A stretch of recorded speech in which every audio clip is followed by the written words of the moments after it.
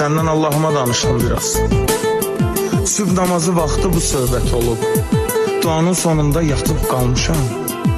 Gördüm ki yuxuda toyumuz olub. Oyandım bir anda gördüm yuxuymuş.